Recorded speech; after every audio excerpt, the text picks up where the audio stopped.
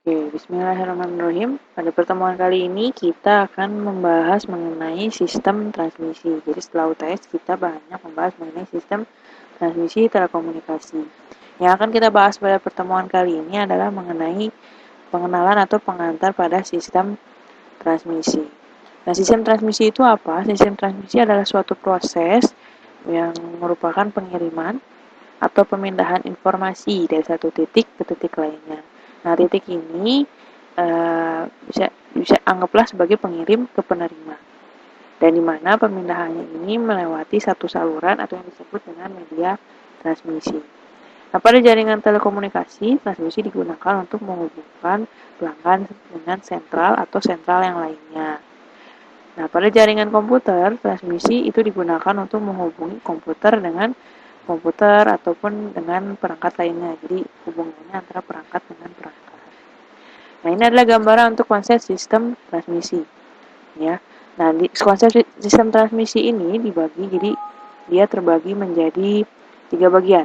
Ada transmitter dan receiver. Kemudian di tengah-tengahnya yang menghubungkan antara transmitter dan receiver adalah kanal transmisi atau biasa kita sebut dengan saluran atau media transmisi.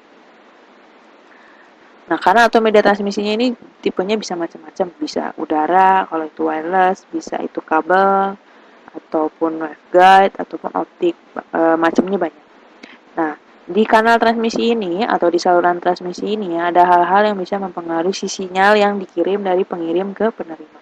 Yaitu diantaranya bisa ada noise, ada distorsi, ada juga interference. Nah, ini akan mempengaruhi si sinyal yang dalam proses pengiriman dari pengirim ke penerima. Kemudian bagian-bagian sinyalnya di sini ada sinyal input, kemudian sinyal yang ditransmisikan, kemudian receive sinyal atau sinyal yang diterima, dan output sinyal. Nah, apa aja sih faktor yang mempengaruhi keberhasilan dari suatu transmisi data? Faktor yang mempengaruhinya itu ada dua, yaitu kualitas sinyal yang ditransmisikan dan juga karakter atau jenis media transmisinya. Jadi kualitas sinyalnya itu kalau awalnya bagus mungkin bisa jadi akan meminimalisir kerusakan di penerima.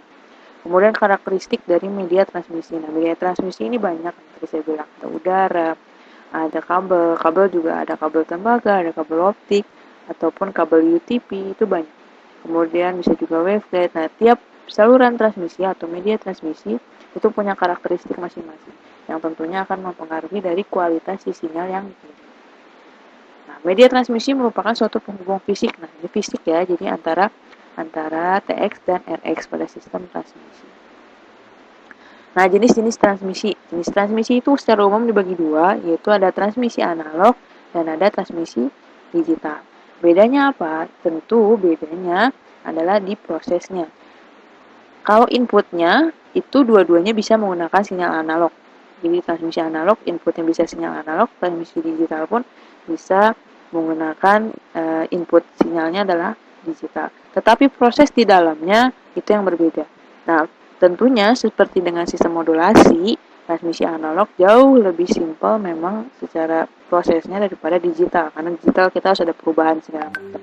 Cuman kelebihannya biasanya noise yang dimiliki oleh transmisi analog itu lebih besar dibandingkan dengan transmisi digital. Kenapa? Karena pada transmisi analog itu terjadi beberapa hal. Jadi misalnya di sini terjadi redaman. Redamannya itu entah karena noise atau karena apapun. Semakin jauh jaraknya, maka redamannya semakin tinggi. Jadi sinyal yang awalnya misalnya 10 dB, karena jaraknya makin jauh misalnya, bisa jadi saat diterima di penerima besaran sinyalnya itu bisa menjadi 0 dB. Beda dengan digital, karena digital ini ada proses perubahan dari sinyal analognya diubah dulu ke sinyal digital, kemudian baru ditransmisikan. Kemudian redamannya itu bisa ditanggulangi atau bisa diperkecil, jadi tidak akan sampai menghabiskan si sinyal informasinya. Noise-nya juga tidak bisa ditanggulangi juga dan tidak diperkuat, beda dengan analog. Jadi secara konsep atau prinsip analog mungkin lebih simpel, tapi secara kerugian analog lebih besar. Dan transmisi digital secara pengaturan atau segala macamnya itu memang lebih ribet ya. Tapi secara keuntungan dia jauh lebih banyak dibandingkan dengan analog. Nah, untuk teknologi sekarang pun kita sebenarnya sudah beralih ke transmisi digital. Nah, untuk terminologi transmisi. Jadi dalam proses transmisi itu ada beberapa terminologi. Yaitu ada yang disebut dengan hubungan langsung atau direct link. Nah, ini tanpa perantara. Jadi kayak misalnya si A dan si B ini ketemu ya langsung. Nggak perlu pakai media telepon ataupun media apa kalau kita ada seperti ini, seperti media Zoom atau Google Meet. Ini tanpa perantara. Kemudian ada point to point. Nah, point to point tuh kayak telepon zaman dulu yang mungkin telepon kaleng itu kan sistemnya point to point, jadi langsung satu titik titik satunya lagi. Atau pengiriman email langsung pengiriman satu jaringan dalam satu rumah, misalnya kita men-setting satu jaringan di rumah, itu kita hanya men-setting dari misalnya dari laptop ke PC, jadi hanya sistemnya point to point. Atau multi to point. Nah, ini bedanya dari kalau ini dari satu ke satu, kalau ini bisa dari satu ke banyak, atau mungkin juga dari banyak ke satu. Nah, jenis komunikasinya dalam transmisi itu ada 3 tipe. Mungkin teman-teman bisa mereview ulang ini. Kalau nggak salah ada di sistem telekomunikasi. Jadi jenis komunikasi itu ada 3. Ada simplex, ada half duplex, dan full duplex. Simplex itu komunikasi satu arah. Jadi kalau yang satu ngomong, yang satu nggak bisa ngomong. Jadi hanya satu arah. Kayak saya yang menyampaikan materi hari ini melalui video itu sistemnya satu arah. Jadi hanya saya aja yang ngomong. Dari teman-teman nggak ada yang ngomong karena itu sistemnya satu arah. Jadi kayak TV itu televisi sistem satu arah. Kemudian radio itu sistem satu arah. Itu contoh untuk simplex. Kemudian duplex. Nah, half duplex sama full duplex ini konsepnya adalah yaitu duplex ya, jadi komunikasi dua arah. Jadi komunikasi dua arah tuh jadi ada lawannya. Jadi kayak misalnya kita nge-zoom, tapi saya nanya misalnya, itu adalah komunikasi dua arah. Bedanya mungkin ada yang half duplex dan ada yang full duplex. Bedanya kalau mungkin half duplex ini jadi harus bergantian. Jadi kalau yang satu ngomong, yang satu nggak bisa ngomong. Tapi kalau yang sana mau ngomong, yang sini harus berhenti dulu bicaranya. Nah, itu implementasinya seperti apa pada walkie talkie atau handy talkie lah ya, kita tahu seperti itu. Kemudian full duplex. Nah, full duplex ini yang sering kita pergunakan sehari-hari seperti telepon. Nah, jadi kalau misalnya ngobrol saling nyela itu mungkin saling motong itu bisa di full duplex. Kalau di half duplex itu nggak bisa saling potong. Jadi ada dua komunikasi atau dua arah pada waktu yang bersamaan. Jadi tidak perlu saling bergantian. Itu yang full duplex. Kemudian pada tahapan transmisi itu ada beberapa hal, yaitu perubahan bentuk informasi, kemudian multiplexing, pentransmisian melalui media, dan proses depacking atau demultiplexing. Nah, parameter yang mempengaruhi transmisi itu parameternya ada macam-macam, ada kekuatan sinyal, kemudian ada deredaman atau atenuasi, kemudian delay atau keterlambatan, kemudian noise, dan S2N atau SNA. Nah, parameter ini nanti akan kita bahas di pertemuan-pertemuan selanjutnya ya. Di proses ini sepertinya seperti apa sih karakteristiknya segala macamnya, jenisnya kira-kira seperti itu. Nah, ini adalah contoh sinyal power level. Jadi hari ini kita hanya bahas secara reviewnya aja. Sinyal power level. Jadi ini adalah perbandingan antara sinyal output dan sinyal input. Nah, kalau sinyal output kalau daya sinyal output lebih besar daripada daya sinyal input, itu disebut dengan penguatan. Jadi daya di sini gede, di sini kecil. Berarti kan membesar ya. Itu disebut dengan penguatan. Atau gain. Makanya dilambangkan dengan G ya. Itu gain. Kemudian kalau payout-nya ini lebih kecil daripada pay-in, jadi di sini kecil, di sini besar, berarti ada yang hilang atau disebut dengan loss. Jadi di salurannya ada yang hilang atau disebut dengan loss. Nah, ini disebut dengan proses terjadi redaman. Gitu ya. Jadi untuk sinyal power level dibedakan jadi dua, ada yang disebut dengan penguatan dan ada yang disebut dengan redaman. Nah, ini jenis-jenis sinyal power level. Jadi ada yang relatif power level dan absolute power level. Bedanya kalau relatif dia satuannya lebih ke dB, jadi tidak mempertimbangkan dia watt atau miliwatt. Kalau absolute power level ada acuannya, dimana dia acuannya bisa 1 watt atau 1 miliwatt. Jadi satuannya nanti di akhirnya tuh bisa dBm atau dBW. Kemudian ini cacat redaman atau disebut dengan redaman. Ini jadi ada yang hilang dari si sinyalnya. Tentunya biasanya yang kukur adalah dayanya. Jadi kalau daya ya tadi ya, nah ini pas redaman. Kalau daya di output ternyata lebih kecil daripada daya di input, itu berarti terjadi yang disebut dengan redaman atau cacat redaman. Nah, redaman ini akan mempengaruhi tentunya tadi daya, terutama amplitudo dan frekuensi dari sinyal tersebut. Selanjutnya adalah noise. Nah, noise ini tipenya banyak banget. Nanti akan kita bahas pada pertemuan selanjutnya. Nah, ini adalah secara umum noise yang kita tahu ya. Jadi secara pengertian noise sendiri adalah sinyal tambahan. Jadi dia masuk tanpa kita mau gitu, tidak sesuai. Jadi bukan sinyal informasi, bukan juga yang kita atur di sistem. Jadi noise ini merupakan sinyal tambahan yang masuk di antara transmitter dan receiver. Nah, ada yang disebut dengan noise thermal atau noise yang diakibatkan oleh suhu. Nah, ini biasanya diakibatkan oleh thermal agitation dari elektron dan disebut dengan biasanya white noise atau noise white noise. Secara umum ini sering kita temui ya. Secara umum pasti ada pada proses transmisi white noise. Kemudian noise itu ada yang tipe yang muncul karena intermodulasi, yaitu sinyal yang merupakan penjumlahan dan pengurangan dari frekuensi asli yang menggunakan media bersama. Jadi dalam satu media bersama itu ada mungkin sinyal yang muncul akibat penjumlahan dan pengurangan. Padahal itu bukan sinyal aslinya, tapi dia mempengaruhi sinyal informasi aslinya. Itu disebut dengan sinyal intermodulasi. Ini juga termasuk dalam kategori noise. Kemudian disebut dengan crosstalk. Nama juga crosstalk ya. Jadi diibaratkan crosstalk ini mempunyai dua jalur atau dua saluran.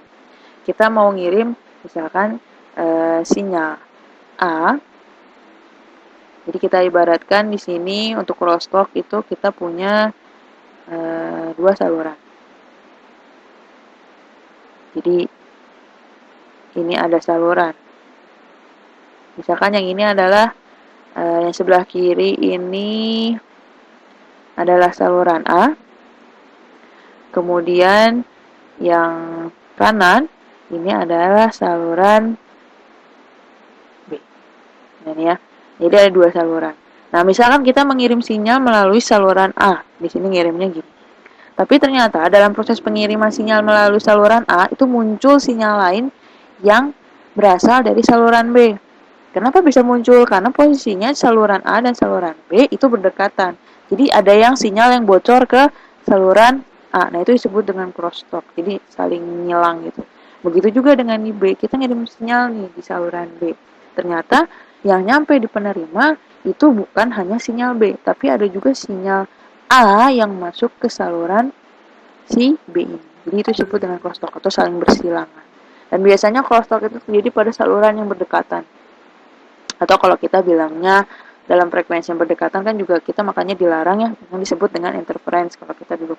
Nah, ini untuk pengiriman sinyalnya, sinyalnya ini disebut dengan sinyal crosstalk. Kemudian disebut dengan impuls atau pulsa yang tidak beraturan. Jadi dia nantinya berubah-berubah, gak jelas tinggi amplitudenya atau bersifat lonjakan. Kemudian selanjutnya adalah delay atau keterlambatan. Nah, ini terjadi akibat kecepatan sinyal yang dikirimkan melalui suatu media berbeda-beda, sehingga pada saat tiba diterima dengan waktu yang berbeda. Jadi maksudnya dengan media yang berbeda. Jadi misalkan kita ngirim satu informasi yang sama, sinyal A misalnya, dikirim ke B, tapi melalui media yang berbeda. Ada yang melalui media fiber optik, kemudian media udara, kemudian media kabel tembaga, atau media waveguide. Nah, dari empat saluran itu memiliki delay yang berbeda. Nah, tentunya pada jaringan yang khususnya optik, nah itu jaringan optik itu tentunya memiliki delay yang kecil karena cepat penyampaiannya. Nah, dibandingkan dengan di kabel tembaga mungkin ya, kabel tembaga, nah itu mungkin delaynya besar, jadi akan mengalami keterlambatan. Itu delay. Nah, ini adalah gambar S2N atau signal to noise rasio. S/N ini merupakan perbandingan dari level daya sinyal dibandingkan dengan level daya noise. Nama juga sinyal to noise ya. Dinyatakan dalam dB. Kalau kita tahunya cuman misalkan dalam soal kita cuma tahu yang diketahui adalah daya sinyal A sekian dB, daya sinyal B sekian dB. Nah, yang dipakai rumusnya adalah yang ini, yang 10 log PS per Pn. Tapi kalau ternyata kita tahunya dalam soal itu adalah tegangan atau arusnya, untuk setiap sinyal dan noise-nya, berarti kita yang kita pakai adalah rumus yang 20 log. Jadi hati-hati. Nah, terdapat beberapa ukuran batas minimal untuk nilai S/N. Nah, untuk sinyal suara itu sekitar 30 dB, video 45 dB, dan data adalah 15 dB. Nah, ini contoh. Jadi kalau kita input suatu input sinyal dengan daya 0,5 mW, outputnya 0,8 mW, kira-kira berapa ya S/N-nya? Nah, ini S/N-nya adalah perbandingan dari daya di output dibandingkan dengan daya di input kemudian di log. Nah, ini dapatlah hasilnya segini. Gitu. Ini secara proses teman-teman bisa pelajari.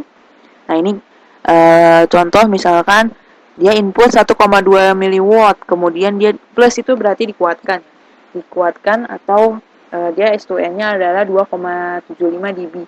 Berarti berapa tegangan outputnya? Nah, di sini hasilnya seperti ini. Nah, ini juga adalah contoh soal. Jadi diketahui adalah contoh soal di mana daya inputnya adalah 0,1 watt dengan gain di penerima adalah 15 dB. Nah, dalam proses pengiriman sinyalnya melalui media udara atau radio mengalami loss sebesar 105 dB. Kemudian diterima lagi di penerima dengan gain atau penguatan 25 dB.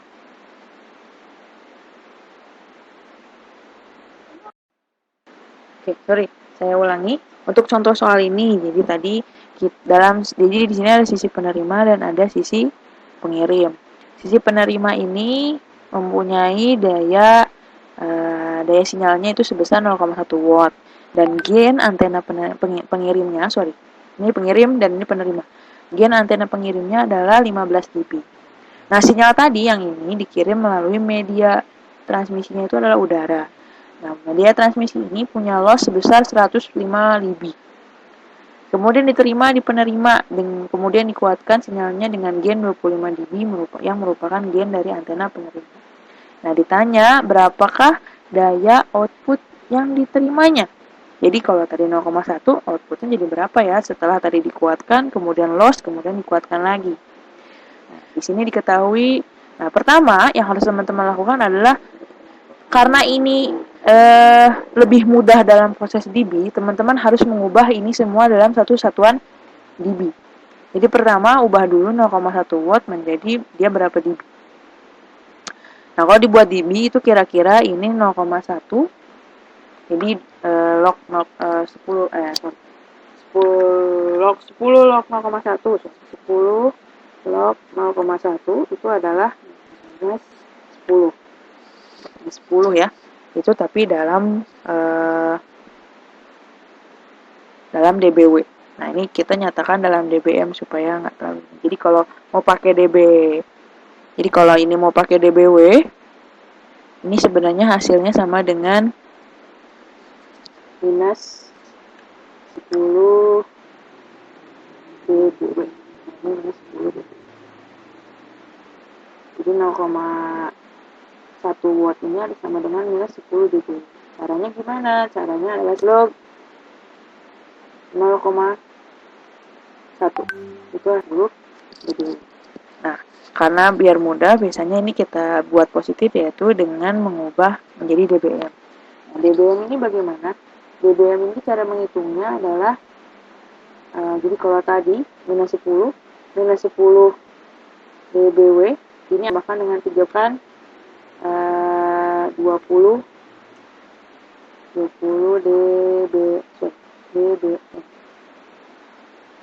Nah, ini prosesnya kenapa dia jadi ini ya 20 dB ini dari Kemudian, nah ini dihitung nih untuk menghitung di sini. Caranya bagaimana? Nah, kita tahu tadi dB-nya di sini adalah 20 dBm. 20 dBm itu dikuatkan. Kalau dikuatkan berarti artinya ditambah, ya. Makanya di sini 20 dBm ditambah 15 dB. Kemudian sinyalnya dikirim nih melalui media transmisi dan mengalami loss. Loss itu berarti hilang, berarti dikurangi 105 dB. Nah, kemudian sinyal informasinya ini dia diterima di penerima. Nah, setelah diterima dia dikuatkan lagi. Karena dikuatkan maka ditambah 25 dB. Maka yang keterima itu adalah minus 45 dB.